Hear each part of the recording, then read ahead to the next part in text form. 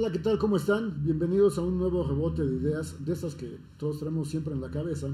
Esta es la semana del 25 al 31 de mayo. No, estaremos con ustedes este día Adrián Ojeda, Alejandro Lelo de la Rea, Juan Manuel Magaña, un servidor. Nuestro primer tema de este día será Lorenzo Córdoba, que se burla de los indígenas mexicanos. Vamos a ver la información al respecto.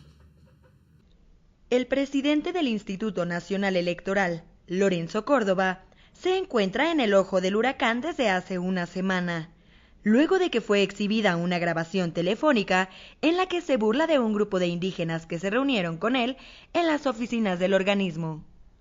No, mami, es que desde las dramáticas reuniones con los padres de Ayotzinapa hasta esto, cabrón, que es, a ver, güey, había un mundo, no mames, no voy a mentir, te lo voy a decir como hablaba ese cabrón. Un que me decía, yo, jefe, gran nación chichimeca, vengo Guanajuato, yo decir a ti, o diputados para nosotros, o yo no permitir tus elecciones. Bueno, pues ahí está Lorenzo. ¿Y quién iba a pensar que tuviese un lenguaje tan florido? Pero bueno, para mí no es ese el problema. En realidad a todos nos gusta ser mal hablados y de hecho todos lo somos. Pero es un absurdo pensar, ahí sí, que por el hecho de hablar así uno es superior en lenguaje a un indígena o un habitante de provincia de este país. Más bien hay una pobreza del lenguaje que yo veo en Lorenzo, cuando él sí de cada 3 palabras, las 3 son no mames, cabrón. Juan Manuel, la mayoría de los jóvenes hablan así. No paran de decir malas palabras que se siente bonito y lo hacen delante de las damas y lo hacen donde quieran. Pero un señor joven que llega a la responsabilidad que tiene el aludido no puede darse esos lujos ni en lo privado, menos en lo público. Claro, no sabía que le estaban grabando la llamada telefónica. Caray, señor. Coincido contigo, Adrián, es una chamaqueada la que le dan a Lorenzo Córdoba. No puede pensar el presidente del INE. Yo creo que ni siquiera cuando era consejero de tropa, pues que no lo estén espiando. Si el deporte favorito de la clase política mexicana es el espionaje y más el telefónico, precisamente ¿para qué? Para desprestigiar a ciertos personajes cuando sea necesario, como fue necesario en este caso, y quién sabe quién fue. Sí, así es. El asunto es que de la plática de Lorenzo se derivaron, a mi modo de ver, un par de problemas. El primero es que fue grabado, no Lorenzo Córdoba, el ciudadano común, sino el presidente del INE. Y eso se hizo público. El segundo problema es que dijo lo que realmente piensa, y eso lo retrata cuál es. ¿Cómo la ves, Adrián? Pues yo creo, Juan Manuel, que esto es un problema que traemos de toda la vida. Desgraciadamente, la mayoría de los jóvenes no aprecian el valer de nuestros indígenas, de esa gente que tiene un corazón muy grande, pero que también se puede volver un enemigo muy peligroso cuando lo ofenden. Yo creo que esto le servirá como experiencia al funcionario del INE y esperamos que ni en público ni en privado se vuelva a referir de manera tan grosera, tan majadera, tan falta de respeto.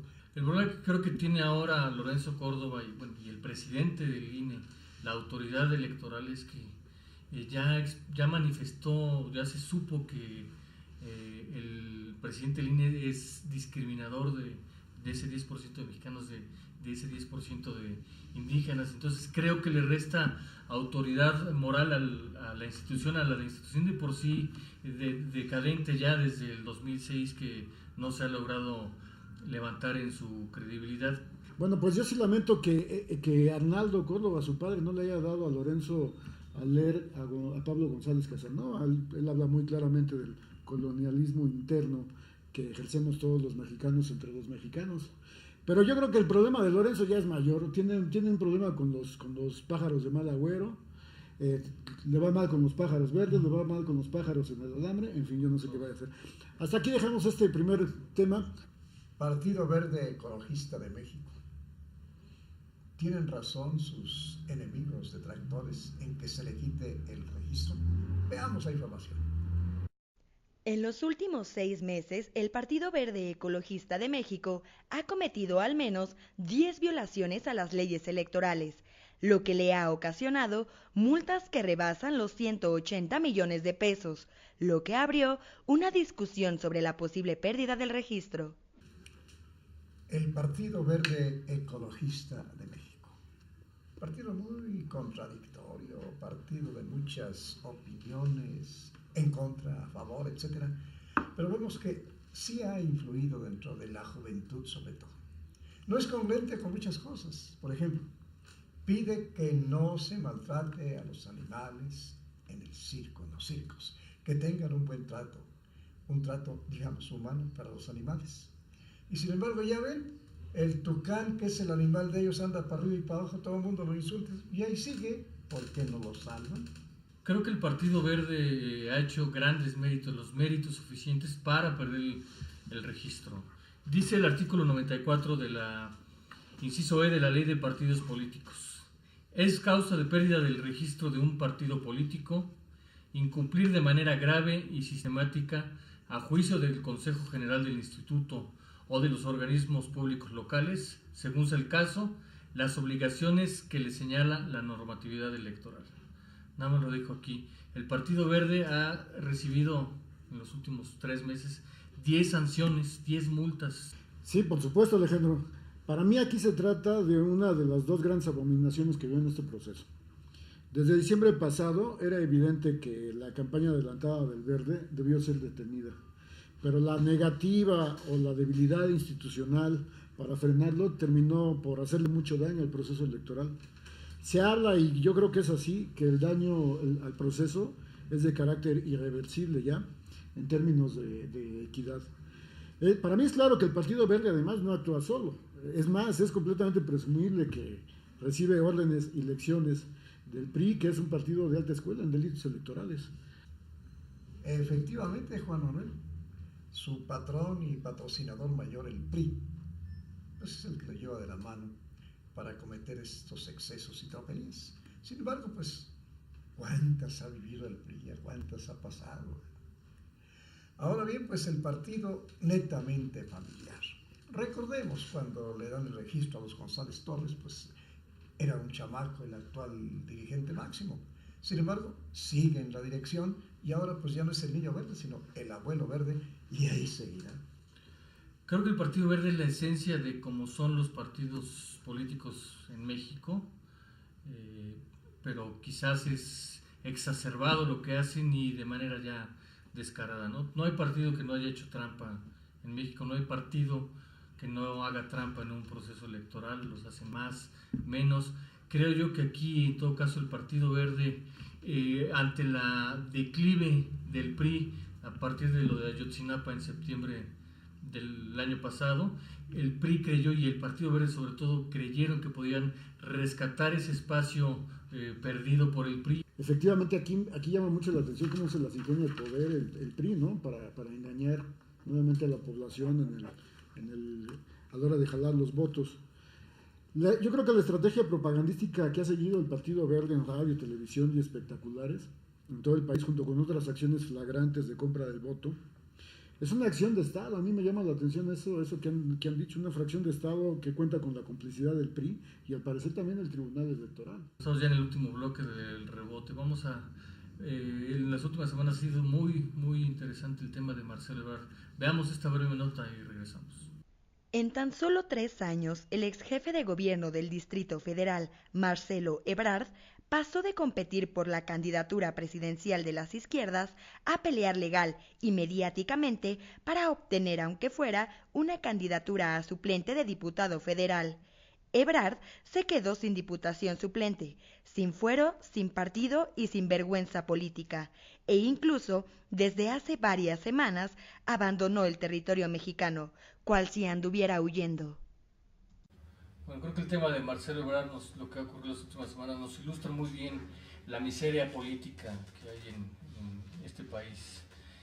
Como un personaje que hace 2 años y un poco más que estaba disputando con probabilidades la candidatura presidencial de las izquierdas, ahora se conforme con, aunque sea una candidatura suplente a diputado federal, aunque sea de suplente. Sin duda tienes razón en lo que dices, pero yo en este asunto veo también otro ángulo que hay que destacar. Veo una segunda gran abominación dentro de este proceso electoral, que no tiene que ver necesariamente con Ebrard, la persona, que por cierto no es santo de mi devoción. Pero aquí lo que no tuvo nombre fue la actuación de los magistrados, que encima serán los árbitros definitivos de las futuras elecciones. Para mí el dato duro es que el numeral 5 del artículo 227 de la Ley General de Instituciones y Procedimientos Electorales dice: ningún ciudadano podrá participar simultáneamente en procesos de selección interna de candidatos a cargos de elección popular por diferentes partidos. No deja de ser decepcionante don Marcelo Ebrard. Se hizo cargo del GDF, por ahí lo nombraron el mejor alcalde del mundo. Y mire usted, de mejor alcalde del mundo a diputado suplente por un partido de la Chiquillana. El señor Marcelo Ebrard ha dicho: no tengo dinero, soy una gente pobre, tiene pues lo suficiente para comer mañana y quizás el mes. Incongruente en sus declaraciones, se hace bolas con lo que dijo y lo que va a decir. Difiere un poquito de lo que decía Juan Manuel hace unos instantes y que es parte de la interpretación que hace el tribunal. A lo que se refiere el tribunal de manera simultánea es que esa que fue en el mismo proceso electoral, es decir, todos los partidos tienen por ley un periodo para elegir precandidatos, un periodo para elegir a sus candidatos y después el registro. Lo que hizo Marcelo fue participar en la elección de candidatos del PRD y después en el mismo proceso electoral meterse al de Movimiento Ciudadano. Sí, aunque yo insisto si me apego a la definición del diccionario en la palabra simultaneidad, el diccionario es muy claro y alude a una cuestión de tiempo, dos acciones que se dan al mismo tiempo. Eso fue lo que no aplicó en este caso el tribunal. No pasaron en este caso dos cosas al mismo tiempo, sí pasaron como tú lo describes. Y ahí es una cuestión de interpretación de la ley. Pero de ese modo los magistrados dijeron: bueno, no va la candidatura y lo que están violentando es el derecho constitucional de un ciudadano a ser votado. Eso es lo que a mí me preocupa, independientemente de quién sea el nombre. Ahora, por otro lado, yo creo que Marcelo le daría sabor estar ahí, ¿eh? La interpretación de la ley siempre deja a unas gentes muy satisfechas y otras dicen la hicieron muy mal. La realidad es que siento que no se cumplió debidamente y que sí era simultánea en los dos partidos buscando el mismo puesto el señor Ebrard. Y sí, hará falta en la Cámara porque le daría sabor al caldo a las sesiones y también sería muy útil para el señor Dante Delgado. Le salvaría su partido llegando a la votación que él anda buscando afanosamente. Yo solo concluiría con dos cosas sobre este tema de Ebrard. La primera, que su gran desesperación por tener fuero, porque sabe lo que hizo en la línea 2, el gran fraude que hay ahí, y bueno, ahora está lo de su casa, ¿no? Que sabemos una casa de 15 millones de pesos que mágicamente le cayó a sus manos y que es la casa que habita Marcelo Ebrard. Y la segunda, que para enfrentar al poder, en este caso al poder presidencial y ser contestatario, hay que tener el expediente limpio, ¿no? Y creo que Marcelo no lo tiene y pues le encontraron por dónde y no lo dejaron avanzar más. Ya llegamos al final de esta emisión, nada más nos quedaríamos con un poquito de lo que prevemos para la siguiente semana, en los últimos 10 días de campaña. Adrián, ¿cómo la ves? Muy cercano el 7 de junio, culminación del proceso electoral 2015, diputados federales, algunos diputados locales, 9 gubernaturas. Les digo mi pronóstico: el PRI se llevará 40% de diputados federales y 7 de 9 gubernaturas. ¿Qué dices, Juan Manuel? Bueno, yo antes que irme todavía a los resultados, espero 2 semanas muy problemáticas, 2 semanas de violencia, 2 semanas de declive electoral, que supongo van a influir y a cambiar todavía mucho los resultados de aquí a la elección. Y por cierto, la próxima semana vamos a dedicar este programa especialmente a discutir cuáles son los pronósticos que todos traemos en la mente. Espero que ustedes participen. Nos vemos la próxima semana.